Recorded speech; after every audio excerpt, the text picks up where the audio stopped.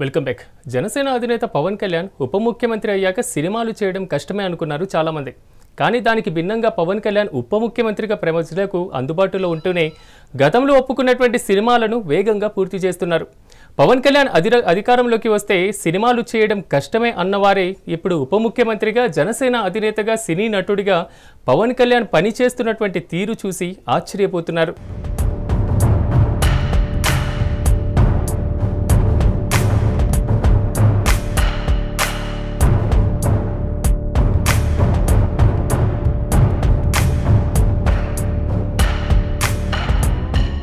జనసేన అధినేత పవన్ కళ్యాణ్ గత కొన్నేళ్లుగా సినిమాలు, రాజకీయాలు రెండింటినీ సమన్వయం చేసుకుంటూ ముందుకు సాగుతున్నారు. పవన్ అధికారంలోకి వస్తే సినిమాలు చేయలేరు, సినిమాలు చేస్తే పాలనపై ఫోకస్ పెట్టలేరన్నారు చాలా మంది. కూటమి ప్రభుత్వం అధికారంలోకి వచ్చాక జనసేన అధినేత పవన్ కళ్యాణ్ డిప్యూటీ సీఎంగా బాధ్యతలు చేపట్టి పూర్తి స్థాయిలో పాలనపై ఫోకస్ పెట్టారు. కొన్ని నెలలు పవన్ సినిమా షూటింగ్స్ కి దూరంగా ఉన్నారు.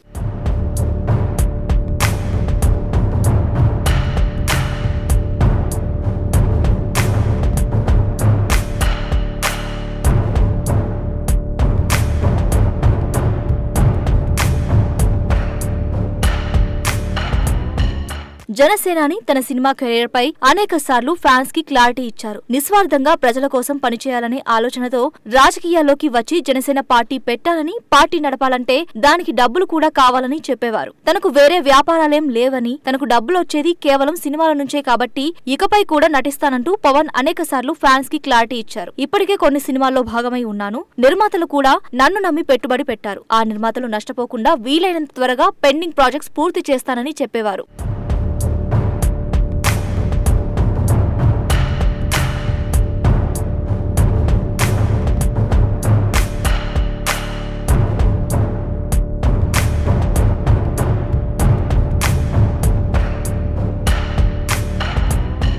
ప్రస్తుతం పవర్ స్టార్ పెండింగ్ లో ఉన్న సినిమా షూటింగ్లను పూర్తి చేసే పనిలో బిజీగా ఉంటున్నారు. రాజకీయాలతో బిజీగా ఉన్న ఆయన పెండింగ్ లోని తన సినిమాలను పూర్తి చేయడంపై ఫోకస్ పెట్టారు. అందులో భాగంగా ఇప్పటికే హరిహర వీరమల్లు, ఓజీ సినిమాల షూటింగ్ ను కంప్లీట్ చేశారు. పవన్ కళ్యాణ్ ప్రస్తుతం దర్శకుడు హరీష్ శంకర్ తెరకెక్కిస్తున్న ఉస్తాద్ భగత్ సింగ్ చిత్రంపై పూర్తి దృష్టి సారించారు. ఈ చిత్రం షూటింగ్ హైదరాబాద్ లో శరవేగంగా జరుగుతోంది. విశ్వసనీయ వర్గాల సమాచారం ప్రకారం పవన్ కళ్యాణ్ కు సంబంధించిన సన్నివేశాల చిత్రీకరణ జూలై చివరి నాటికి పూర్తవుతోంది.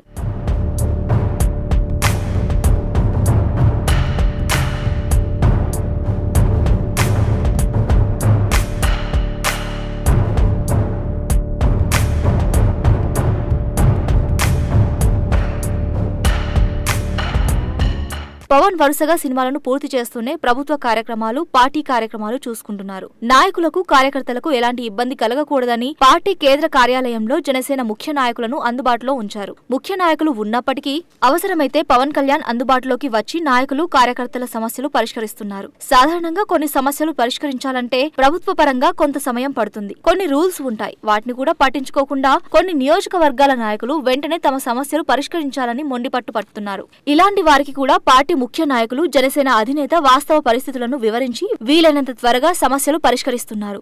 సార్, పవన్ కళ్యాణ్ గారు అటు ప్యాషన్ ని, ఇటు ప్రొఫెషన్ ని రెండు కూడా బ్యాలెన్స్ చేస్తూ ముందుకు వెళ్తున్నారు. సో దీని మీద మీ అభిప్రాయం ఏంటి? పవన్ కళ్యాణ్ గారు ఫస్ట్ నుంచి కూడా సినిమాలు చేస్తూ రాజకీయాలు చేశారు సార్. రాజకీయాలు చేస్తూ సినిమాలు చేశారు. దాని మీద ఆయనకేం కొత్త ఏం కాదు. అదే రాజకీయాలు ఏంటంటే డబ్బుతో కూడుకున్న పని ఇది. అందుకని ఆయన కష్టపడిన సొమ్ముతో రాజకీయాలు చేశారు. దాని మీద ఆయనకేం కొత్త ఏం కాదు. 2 గుర్రపు సారీలు చేయగలడు ఆయన. సార్, అంటే సినిమాలు చేస్తూ అటు డైరెక్టర్స్ ని ఇబ్బంది పెట్టట్లేదు, ప్రతి సినిమా సైన్ చేసిన ప్రతి సినిమాకు కూడా న్యాయం చేస్తూ ముందుకెళ్తున్నారు. మా నష్టపోయినా సరే డబ్బులు ఇస్తానని చెప్పిన ఆయన ఒక సినిమా తీసి ఏదో రకంగా నష్టపోయినా ఈయనే ఇస్తాడు డబ్బులు. అదే పవన్ కళ్యాణ్ గారి సినిమాకి నష్టం అంటూ జరిగే ప్రసక్తి లేదు. ఏ సినిమా అయినా బాక్స్ ఆఫీస్ దగ్గర పడిపోయినా సరే నష్టం రాదు. అంత స్టామినా ఉన్న మనిషి. అందుకనే ఏ అయితే సంతకాలు చేశాడో, ఒప్పుకున్నారో ఆ సినిమాలన్నీ కూడా ఆయన కంప్లీట్ చేస్తారు. కంప్లీట్ చేసి పూర్తిగా రాజకీయాలు కూడా చేస్తారు. ప్రజల బాధల్ని వింటూ కూడా కార్యకర్తల్ని, అలాగే మంత్రుల్ని అందరినీ సమన్వయం చేసుకుంటూ ముందుకు వెళ్తున్నారు. మరి కూటమిలో ఆయన ఒక కీలక పాత్ర. ప్రజలకు న్యాయం చేయాలి, ప్రజలకు ఎక్కడ కూడా అన్యాయం జరగకూడదు అనే దాని మీద ఆయన అందరూ మంత్రులు ముఖ్యమంత్రితో భేటీ అవుతారు. అన్ని సమస్యలు వింటారు, అన్ని సమస్యలు పరిష్కరిస్తారు. ఎవరికి అన్యాయం జరగకూడదు అనేది ఆయన ఉద్దేశం. అక్కడ అబ్బాయి ఇక్కడ అమ్మాయి సినిమా కానుంచి ఈ రోజు వరకు అంటే 60-20 వీరమల్లు కానీ ఓజీ కానీ ఇంకా ఉస్తాద్ భగత్ సింగ్ లాంటి సినిమాలకి నిర్మాతలకు కానీ ప్రొడ్యూసర్ అదే డైరెక్టర్లకు కానీ ఇబ్బంది పెట్టే ఆలోచన అయితే ఆయనకు ఉండదు. ఎందుకంటే వాళ్ళతో కలిసిపోయి నేను చిరంజీవి తమ్ముడిని, నేను పెద్ద గొప్ప వ్యక్తిని అన్న లేకుండా సినిమా రంగంలో ఈ 24 యూనియన్ ఉంది కదండి, వీళ్ళతో కూడా ప్రతి ఒక్కరితో కూడా కలిసిపోయి పనిచేసే వ్యక్తి పవన్ కళ్యాణ్ గారు. పాన్ ఇండియా కాకపోయినా సరే పవన్ కళ్యాణ్ గారి సినిమా అంత ఆదరణ కనుక ప్రతి సినిమా వ్యక్తి కానీ కళాకారులు కానీ డైరెక్టర్లు కానీ ఎవరైనా సరే పవన్ కళ్యాణ్ని స్వాగతిస్తారే తప్ప ఒక్కరు కూడా అసహించుకునే వ్యక్తులు అయితే నాకు తెలిసి ఉండరు. ఇటు ప్రజలకు కూడా న్యాయం చేస్తూ ముందుకు వెళ్తున్నారు. కార్యకర్తలతో సహా ఆయన చూసుకుంటూ, అంటే పార్టీలో కూడా ప్రతి వాళ్ళని కూడా సమన్వయం చేసుకుంటూ ముందుకెళ్తున్నారు. ఇన్కేస్ ఆయన చేయలేని పరిస్థితిలో సినిమాలో బిజీగా ఉంటే ఇటు వీళ్ళతో సమన్వయం చేసుకుంటూ ఎక్కడ వర్క్ అనేది డిప్యూటీ సీఎం హోదాలో ఎక్కడ వర్క్ ఆగకుండా చూసుకుంటున్నారు. సో ఏమంటారు దీని మీద? అసలు మీకు ఇందాక చెప్పినట్టు ఆయన ఇప్పుడు పుట్టవలసిన వ్యక్తి కాదండి. ఎందుకంటే అసలు ఇప్పుడులో ప్రతి ఒక్కరు కూడా ఒక ఇల్లు సంపాదించుకొని ఒక కారు ఉంటే నాకు ఈ జీవితం చాలు అని తల్లిదండ్రులను కూడా చూడని పరిస్థితిలో ప్రతి ఒక్క కుటుంబం మనం చూస్తున్నాం. అంటే 100 కుటుంబాల్లో ఒక 10 కుటుంబాలైనా సోమరిపోతులు ఉన్నారు ఇప్పుడున్న కాలంలో. పవన్ కళ్యాణ్ గారు ప్రజల కోసం ఏం చేయాలి, సినిమా వాళ్ళ కోసం ఏం చేయాలి, కార్యకర్తల కోసం ఏం చేయాలన్న ఆలోచనతో 50 పైగా దగ్గర 60 వచ్చేస్తున్నాయి ఆయనకి. ఈ వయసులో కూడా ఒళ్ళు దాచుకోకుండా అందరి కోసం కష్టపడే వ్యక్తి పవన్ కళ్యాణ్ గారు. రాజకీయాల్లో ఉప ముఖ్యమంత్రి ఇచ్చారు. ఆ పదవికి అసలు నాకు తెలిసి 29 రాష్ట్రాల్లో ఉప ముఖ్యమంత్రి అంటే చాలా పక్కన పడేస్తారు.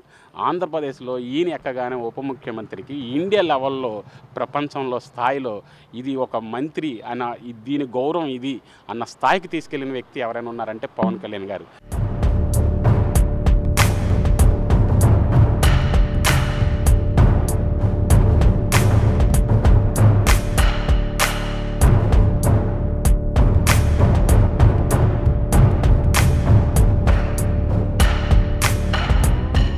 ఒకవైపు సినిమా షూటింగ్లు, మరోవైపు పరిపాలన పరంగా బిజీగా ఉన్న పవన్ గతంలో ఒప్పుకున్న సినిమాలు పూర్తి చేసిన తర్వాత పార్టీ నాయకులు కార్యకర్తలకు పూర్తి స్థాయిలో అందుబాటులోకి రానున్నారు.